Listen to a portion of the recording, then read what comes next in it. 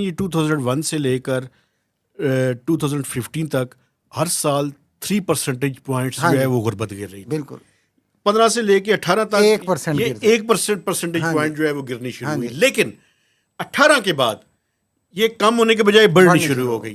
तो इसका मतलब क्या है, इसको मैं अपने अल्फाज में अगर बयान करूं, जनाब मुशर्रफ साहब के ज़माने में परवेज़ और मुशर्रफ। परवेज़ मुशर्रफ साहब के ज़माने में बाय एंड लार्ज, चूंकि उनका 99 से लेकर आप 2007 8 7 8 8 9 तक तो कह सकते हैं तक ना। कह सकते हैं, उस 8 ज़माने को में जरदारी साहब सदर बन गए थे। गुर्बत जो है वो कम हुई। पीपल्स पार्टी के ज़माने में भी गुर्बत कम हुई।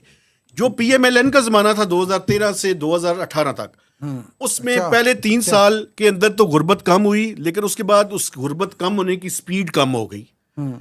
उसके बाद पीटीआई का जब ज़माना आया, तो गुर्बत बढ़ने की स्पीड बढ़ गई। गुर्बत कोरोना भी बढ़ने आ की स्पीड बढ़ी है। और अच्छा, सिर्फ पीटीआई के ज़माने में नहीं, बाद जब में। पीडीएम का और ये जो उसके बाद से मुसलसल हाइब्रिड रिजीम 7 आया, साल हो गए। 7 साल हो गए ना। उसमें गुर्बत जो है वो तकरीबन 7% बढ़ गई। 7 साल में बढ़ना ही शुरू हो गई ना। अब इसको एक और तरीके से अगर हम पॉलिटिकली भी ट्रांसलेट कर लें, तो जो पॉलिटिकल इंस्टेबिलिटी शुरू हुई जी, जनरल बाजवा के दौर से, बल्कि राहील शरीफ के दौर फैज में। हमीद साहब यार के। फैज हमीद एक टारगेट सिंगल आउट ना किया करे ना। ये तो इंस्टीट्यूशनल बात कर रहे हैं कि 2014 से जो सिस्टम शुरू हो गया था पोकिंग वार, उसके बाद से फिर मुसलसल हम डिक्लाइन ही देखते हैं। तो किस तरीके से देखें, पॉलिटिकल इंस्टेबिलिटी जो है वो आपकी ग्रोथ से और पावर्टी से जुड़ी हुई है, और उसके बाद मुसलसल जो इंटरवेंशंस हैं।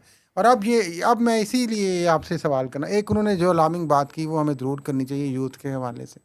यूथ के लिए वो कह रहे हैं बिल्कुल कोई अपॉर्चुनिटीज़ नहीं है, कोई रोज़गार नहीं है।